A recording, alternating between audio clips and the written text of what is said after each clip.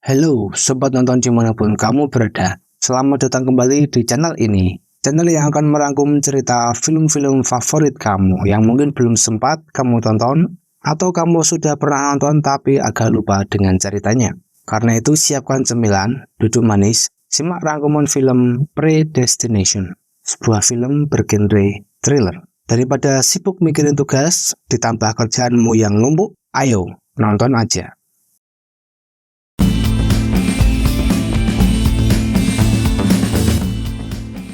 Film ini dimulai dengan seorang agen rahasia yang berusaha menangkap seorang teroris terkenal yang dikenal dengan nama Fizzle Bomber yang menanam bom di sebuah gedung untuk membunuh ratusan orang.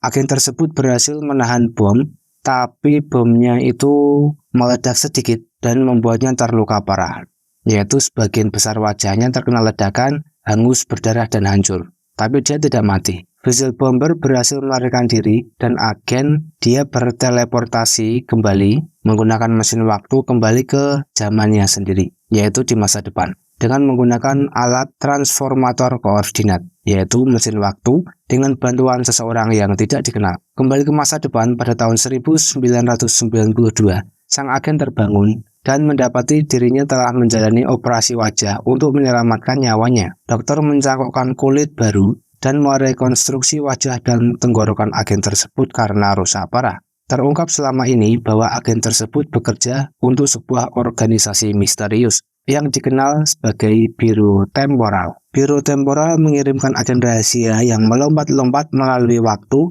untuk mencegah kejahatan besar yang akan menelan korban ribuan orang. Dan Fizzle Bomber adalah satu-satunya penjahat yang berhasil lolos dari kejaran mereka. Fizzle Bomber juga bertanggung jawab atas terbunuhnya sekitar 11.000 orang di New York pada bulan Maret 1975. Setelah agen tersebut sembuh, dia diperintahkan untuk memulai misi terakhir sebelum dia pensiun. Agen tersebut menerima misi itu dan menggunakan peralatan mesin waktu yang disamarkan menjadi kotak biola untuk melakukan perjalanan ke masa lalu ke tahun 1970. Di sana dia diminta untuk bekerja sebagai bartender di New York. Bartender tersebut tampaknya menunggu kedatangan seorang pelanggan tertentu yang kemudian mengajaknya ngobrol. Pelanggan ini seorang pria yang disebut sebagai ibu yang belum menikah karena dia menulis majalah pengakuan. Banyak di antaranya mungkin dari sudut pandang seorang ibu yang belum menikah. Ibu yang belum menikah dan bartender mulai berbicara, dan ibu yang belum menikah bertaruh sebotol minuman keras jika ceritanya akan cukup mengejutkan. Bartender setuju, dan ibu yang belum menikah menceritakan masa lalunya kepada bartender. Dia menjelaskan bahwa dia awalnya adalah seorang gadis, bukan laki-laki, yang dibawa ke sebuah panti asuhan pada tanggal 13 September 1945. Pada waktu itu dia ditinggalkan di depan pintu panti asuhan begitu saja. Kemudian dia diadopsi oleh panti asuhan tersebut dan diberi nama Jane. Ibu yang belum menikah menceritakan kejadian-kejadian dalam hidupnya ketika dia masih kecil. Dia mengatakan bahwa dia iri pada anak-anak yang memiliki orang tua dan merasa dirinya berbeda.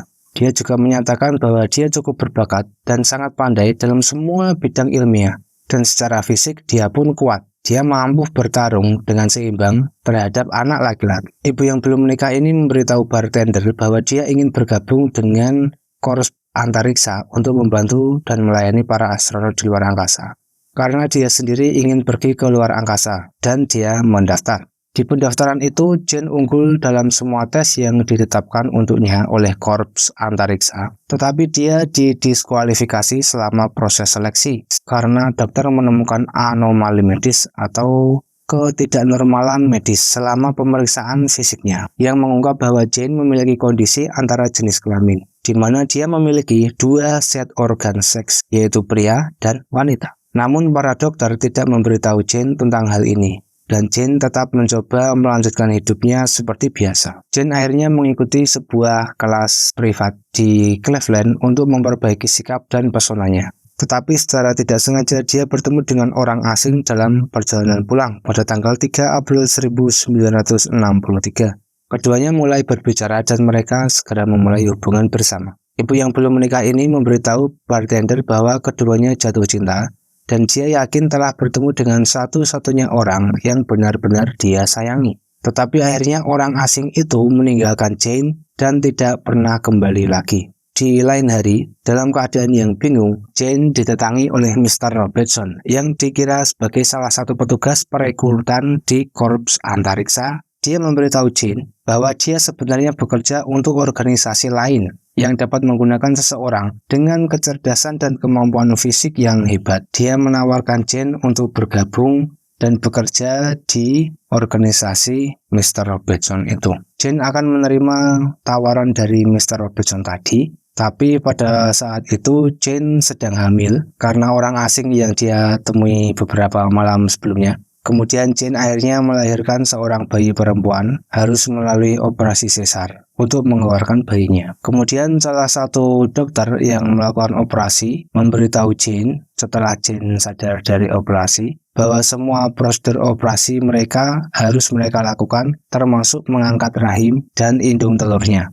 Tetapi karena mereka menemukan organ seks pria yang masih utuh, mereka merekonstruksi Jane menjadi seorang pria. Jadi setelah melahirkan putrinya, Jane terpaksa harus dioperasi menjadi seorang pria. Naasnya di sini, apesnya, putrinya Jane yang baru lahir tadi diculik oleh seorang pria tidak dikenal dan hilang. Kemudian Jane yang telah putus asa sepenuhnya direkonstruksi ulang menjadi seorang pria dengan banyak operasi lanjutan. Kemudian ibu yang belum menikah menjelaskan bahwa seiring berjalannya waktu, dia juga sempat menulis cerita pengakuannya itu dengan nama pena ibu yang belum menikah. Kemudian kembali lagi di bar, ibu yang belum menikah mengakhiri ceritanya dan bertanya kepada bartender apakah dia sudah menang dan mendapatkan sebotol minuman keras. Bartender hampir memberikan botol tersebut, tetapi dengan cepat mengungkapkan bahwa dia mengetahui nama baru laki-laki si ibu yang belum menikah ini, yaitu John, dan detail lainnya dalam kehidupan John atau Jane yang merupakan orang yang sama ini. Ibu yang belum menikah dulu dikenal dengan nama Jane, kemudian setelah dia dioperasi menjadi laki-laki, dia dikenal dengan nama John. John akhirnya mengikuti bartender tersebut ke ruang bawah tanah yang aman di bawah bar. Bartender tersebut memberitahu John bahwa dia sebenarnya bekerja untuk Mr. Robertson dan bahwa organisasi yang dimaksud oleh Mr. Robertson adalah Biro Temporal. Bartender tersebut kemudian menawarkan John kesempatan untuk membunuh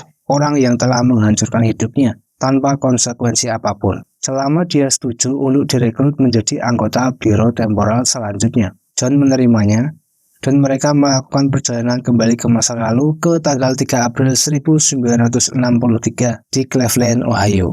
Bartender mempersenjatai John dengan pistol untuk menghadapi pria asing yang akan merayu, menghamili, dan menelantarkan Jane.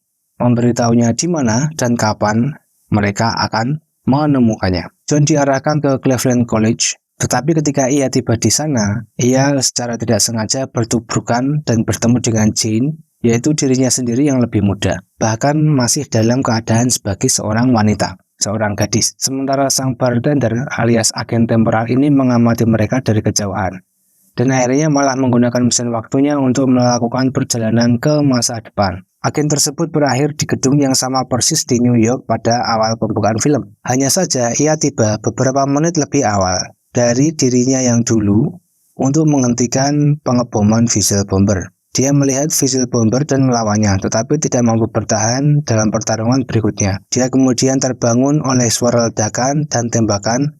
Kemudian dia menyadari bahwa dirinya versi yang dulu, yaitu versi yang di awal film, telah terluka karena terkena sedikit ledakan dari bom itu, hingga wajahnya terbakar. Dia tidak dapat menghentikan pengebom tersebut. Ternyata sang bartender tadilah orang yang sedikit membantu orang yang mukanya hancur karena ledakan itu untuk mencapai mesin waktunya dan kembali ke Biro Temporal pada tahun 1992.